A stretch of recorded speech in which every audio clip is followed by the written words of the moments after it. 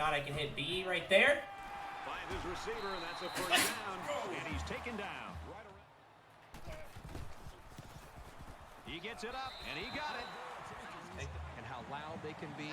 He's just one of those guys that's able to block it all out, focus on what he needs to do, and then he provides outstanding leadership for his team. Maybe I should have turned down the running back on that. Northern Illinois is looking to tie things up. He gets it up, and it's long enough, and it's wide left. No good.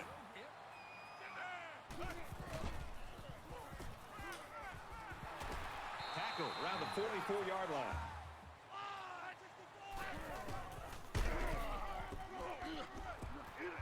Tackled after a decent pickup.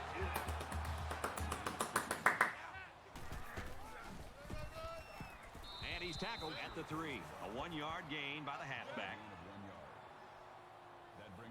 I was not doing that on purpose, baby.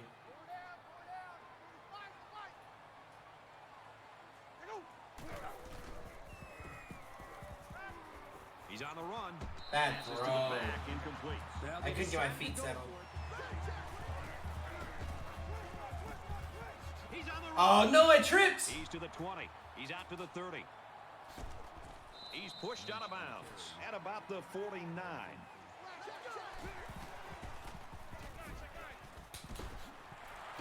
Caught it, but they're going to lose yards. He was tackled immediately. And here's the... Wait a minute, the upback's got it. Let's go. At the 33. I should have freaking handed the damn ball off. Throws it to the halfback on the screen. They bring him down in the backfield. He scrambled. He's taken down around the 28-yard line. That's a face mask. Personal foul. Let's go. Defense. Kent State has a 3-point lead. Touchdown, Kent State.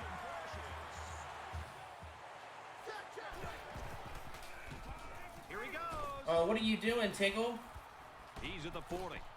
They'll bring him down. What are you doing, Tiggle? Why did you go in? And picked up a good-looking Got first hit down. hard on that.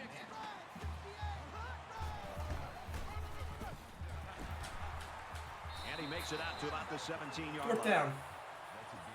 And they can make this a one-possession game with this kick right here. It's up, and he's got it. Tries to get around the corner. He's at the 40, and he's taken down at the 34-yard line. The kick is away. It's long enough, and he got it. It looks like they're going to blitz. He might have a chance. He's at midfield. Tackle at the 41.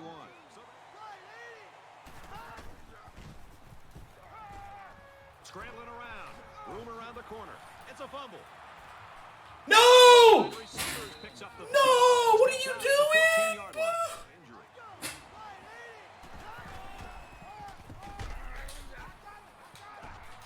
Touchdown, Northern Illinois.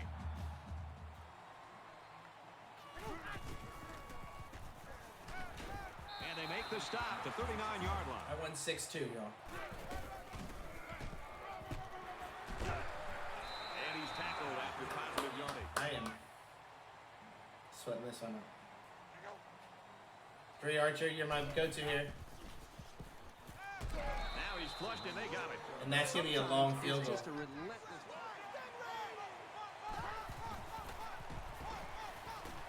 Caught, and that's a first down. Shit! Tackle made.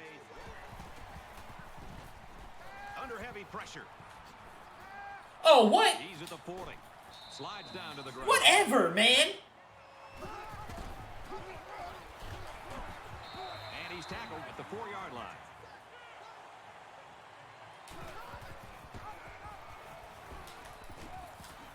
Oh, no! Tackle at the 3. And he gets a yard on the run. Oh, no.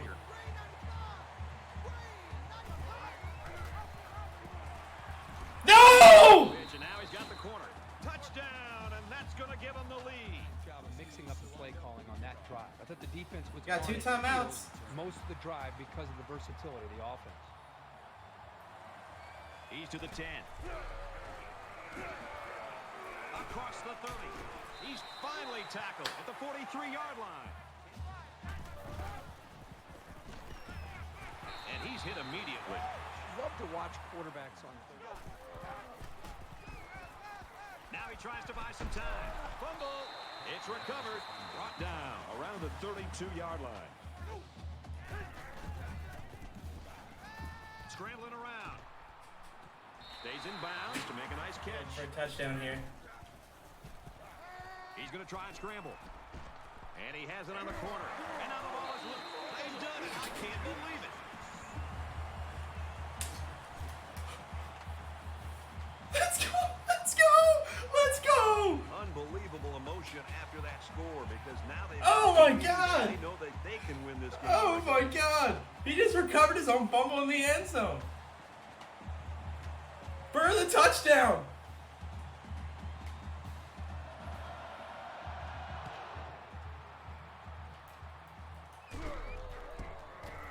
Gets to about the 47-yard line. One last play, folks. It's time to find out how far he can throw it and see if this game becomes one of the all-time greatest. Here we go. He sails it long. Incomplete. Final score, Kent State 20, Northern Illinois 17. All right, hey, what's going on, everybody? That was crazy. That was just crazy. I just first want to say, first, thanks for being here. Thanks for staying for the press conference. Feel free to continue asking any questions you want. I will answer them once I get done with my normal summary here. Wow, that was crazy. I mean, wow. We held them most of the entire game. We did a great job, going through everything. Dree Archer just was phenomenal. I mean, just an overall fantastic performance by him. Literally, we held them scoreless first half. We were up 10-0 going into halftime. That was a big win for us. Holding them down, kind of getting them into a position where we had a chance to win. We weren't thinking we were going to be in that position. So, coming back into halftime, at halftime I told the boys, I was like, hey guys, y'all just need to put your head down, make sure you're still focusing on what you're doing. Right, we can get this win, but we got to make sure we execute, no turnovers, nothing along those lines. I think that was a big thing coming into the second half, right? We even almost forced a turnover. We had a big hit there on their quarterback. Polk just came up just short on the recovery, which really would have just completely turned the game over. At that point, it was 10-3, and that would have been a big changing. But either way, we still stepped up. We did give up that late drive, 52 seconds left. The boys were really hanging their heads looking at that. We really went back out there. We delivered that, executed that last drive. David Fisher had a great drive throwing the ball, which we really hadn't called on in the whole game. We were really riding the ball, running the ball, pushing it. And then when we really needed to, David Fisher, who has been really our rock the whole entire season up to this point, it really just showed what of a team player he was. When we needed him most. I can't believe he got that touchdown recovered in the end zone. Talking to him after the game, he told me he dove. He wanted to go for the touchdown, and as he got hit, the ball had just bounced right back into his arms and right in the cradle. Already in end zone. I know you can't obviously advance the ball on a fumble, so it really happened to be the fact that he had fumbled in the end zone and recovered in the end zone as a touchdown. That was big. Obviously, no time. 3 seconds, I think, on the clock. 4 seconds. So that, I don't think I'll be able to, out-coach another game like that. I'm just really proud of the team. Another thing I wanted to address, I know that obviously there's been some rumors on the Kent Chronicle lately on their website, and there's, I think, an article kind of released too about looking at investing opportunities. I'm not going to comment on that at this point. I don't want to really talk about that, but I'm going to do the best I can when I'm at Kent State and really help the team grow here. So with that, I'll turn it over to the media. What a great game, Coach. I appreciate it, Wayne. Thank you. How do you think this high-profile top 25 win will help the program? We had a lot of visits today. There's a lot of big names coming in. We're trying to wrap up for my first recruiting class. I think this is a huge win. I think it's going to really kind of solidify some signees this week. We'll see going into next week how that's going to look. And once we can get those signees, if we can really kind of get some commitments, that's just going to be huge for us, because then we can really focus on some of the other recruits and really maybe go chase some big names and bring them into Kent and really make next year a big squad. So I think this is going to be a big win, just because everyone being here, everyone seeing anything, us being in a 2-game skid and coming out and just punching them right in their mouth was great. Which you mentioned the offense in the final game. Don't screw up. No, I'm just kidding. That was my message up until that point was, hey, play passive, don't screw up, we've got this game. Being down 17-13, not being able to get a field goal and having to drive, having 2 timeouts is great. We had a couple of big plays there that really helped us get where we needed to go. I want to call out that 3rd down, and I think it was 3, where David Fisher was able to step into the blitz and throw that slant pass.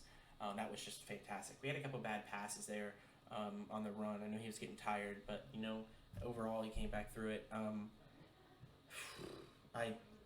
I didn't have anything to say after that fumble recovery in the end zone.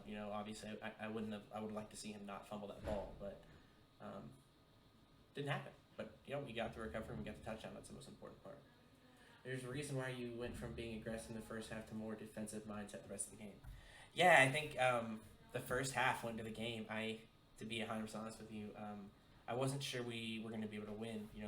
I wanted to make sure that our boys were set in a place where we could maybe be in a chance at the end of the game. And going into halftime up 10-0, I really went back and was like, okay, guys, like if we continue being aggressive, we might turn this ball over a little bit more. And as you've seen the past couple weeks, I've been prone to doing that. So this week in practice, I really had them focus on not turning the ball over, which first game all year we've had 0 turnovers. So props to the boys for that. Less running that they'll have to do tomorrow. But that was why I think I changed my mindset. Was I wanted to really sit down and really make sure we didn't gamble and lose that game. I wanted to win that game, and if we were going to lose that game, I wanted Northern Illinois to win it.